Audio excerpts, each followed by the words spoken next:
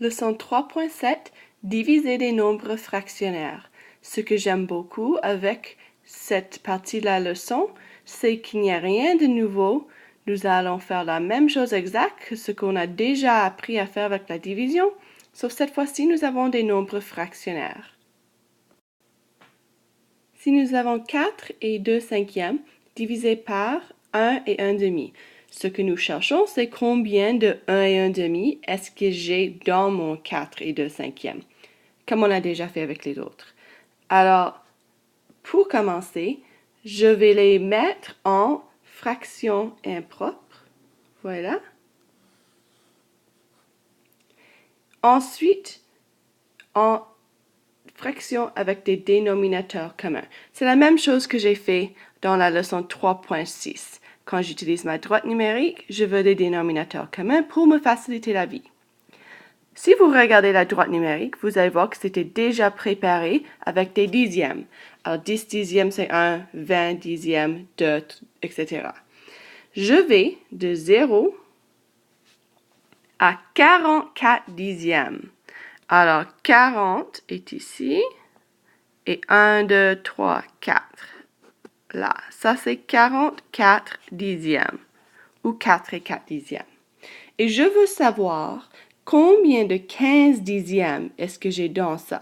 Alors, 15 dixièmes, je saute là, 15, puis un autre 15. Et est-ce que je peux compléter un autre 15? Non. Alors, j'arrête ici. Mais le prochain 15 est juste à côté de 44. Alors, j'ai complété 2 sauts complets et des 15 sautes que je voulais faire, j'ai fait 14. Alors, 1, 2 au complet. Ici, j'ai fait 14 des 15 places. Parce que la 15e place est juste à côté ici, à 45 dixièmes. Essayez la droite numérique vous-même maintenant. Je vous ai donné les deux fractions, 1 et 7 huitièmes divisé par 1 et 1 quart. Et la question qu'il faut poser, combien de 1 et 1 quart est-ce que j'ai dans mon 1 et 7 huitièmes? Ensuite, je les ai déjà mis en fractions impropres. Vous voyez ici, fraction impropre de ces deux fractions originelles. Et puis, j'ai fait les dénominateurs communs pour vous aussi. Alors, vous pouvez commencer là et les placer sur la droite numérique. Allez-y.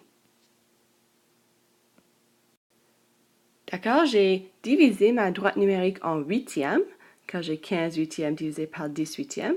Je commence à 0 et j'arrête à 15 huitièmes, qui est juste avant 2. Et je dois sauter par 10 huitièmes à la fois. 10 huitièmes est ici, ça c'est plus qu'un. Alors, combien de places est-ce que j'ai sauté là? 10. Des 10 places requises. Alors, j'ai fait un saut au complet et je ne peux pas compléter un autre. Alors, des 10 places que je veux sauter, j'ai fait 1, 2, 3, 4, 5. Alors, 1 et 5 dixièmes. J'espère que vous avez remarqué qu'on peut simplifier cette fraction à 1 et 1 demi. Alors voilà ma réponse. Pour faire la division avec des dénominateurs communs sans modèle, c'est la même chose que ce qu'on a déjà appris, sauf j'ai une étape de plus qui est de mettre les fractions dans leurs fractions impropres. Dès que j'ai fait ça, c'est la même chose. Je prends un dénominateur commun. Alors, entre 5 et 2, mon dénominateur commun, c'est 10. Alors, tout ce que j'ai à faire maintenant, c'est de diviser les numérateurs. 44 divisé par 15. Je ne peux pas le faire parfaitement, alors je vais juste mettre comme ça pour l'instant dans ma fraction. Et 10 divisé par 10, 1. Alors, 44 quinzièmes divisé par 1, c'est 44 quinzièmes. Ensuite, je peux simplifier ma fraction impropre à 2 et 14 quinzièmes et j'ai fini. Voilà une question que vous allez pratiquer. 1 et 7 huitièmes divisé par 1 et 1 quart. Utilisez la méthode que je viens de montrer avec des dénominateurs communs sans modèle. Allez-y. Alors pour commencer, je dois mettre 1 et 7 huitièmes en fraction impropre qui est 15 huitièmes et 1 et 1 quart en fraction impropre qui est 5 quarts. En comparant les deux dénominateurs 8 et 4, le dénominateur commun c'est 8. Alors 15 huitièmes ne change pas, mais 5 quarts devient 10 huitièmes en multipliant par 2 demi. En prochain, 15 divisé par 10, 15 divisé par 10, et 8 divisé par 8, c'est 1. 15 dixièmes divisé par 1, c'est 15 dixièmes. Et en simplifiant ça, j'ai 1 et 5 dixièmes, qui est 1 et 1 demi. Voilà. Si je vais utiliser la multiplication pour résoudre ma question, c'est la même chose que ce qu'on a déjà appris, sauf, même chose, on va mettre nos fractions, nos nombres fractionnaires dans ces fractions impropres. Alors, 4 et 2 cinquièmes devient 22 cinquièmes et 1 et 1 demi devient 3 demi avant de commencer. Après ça, c'est exactement la même chose. Un petit rappel, si nous arrondissons pour estimer la réponse avant de le faire, nous pouvons mieux savoir si on a la bonne réponse. Alors, 4 et 2 cinquièmes, c'est très proche à 4 et 1 demi. On est là. 1 et 1 demi, c'est 1 et 1 demi. 4 et 1 demi divisé par 1 et 1 demi, c'est 3 parfaitement. Alors, quand j'ai ma réponse, je veux le comparer à 3 pour vérifier que j'ai quelque chose de très proche. Allons-y. 22 cinquièmes divisé par 3 demi. Alors, j'ai réécrit ma question dans une division verticale.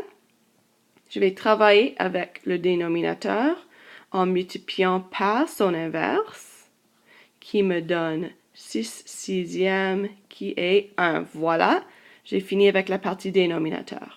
Alors, je répète exactement ça en haut. Et est-ce que je peux simplifier avant de commencer? Non, pas dans ce cas. 22 fois 2, 44. 5 fois 3, 15. Alors, je vais juste recopier ça sur l'autre côté aussi. 44 quinzièmes divisé par 1, c'est 44 quinzièmes.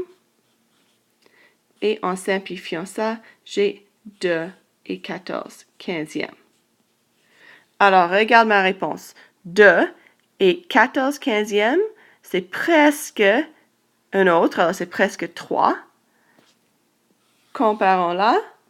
Ma réponse est très proche à 3. Probablement, j'ai bien fait ici. Vous allez essayer cette question vous-même.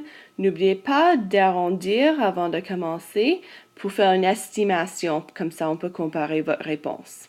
Allez-y.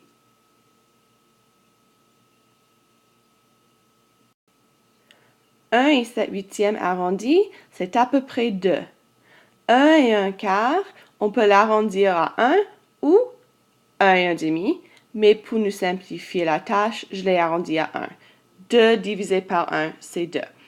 Alors, je vais comparer ma réponse finale à 2 pour voir si j'ai quelque chose de proche.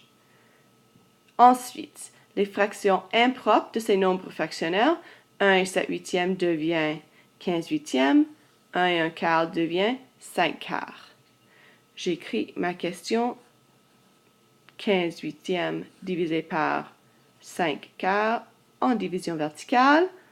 Ensuite, je multiplie le dénominateur par son inverse, qui me donne 20 vingtièmes, qui est 1.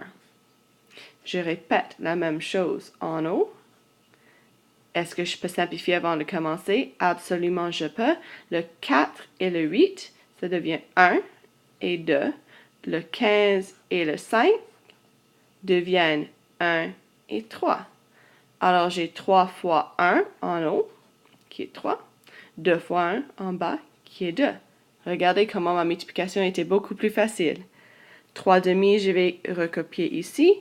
3 demi divisé par 1, c'est 3 demi. Là, je simplifie. 1 et 1 demi. Je compare 2 À 1 et 1 demi? Oui, mes réponses sont proches. J'ai fini.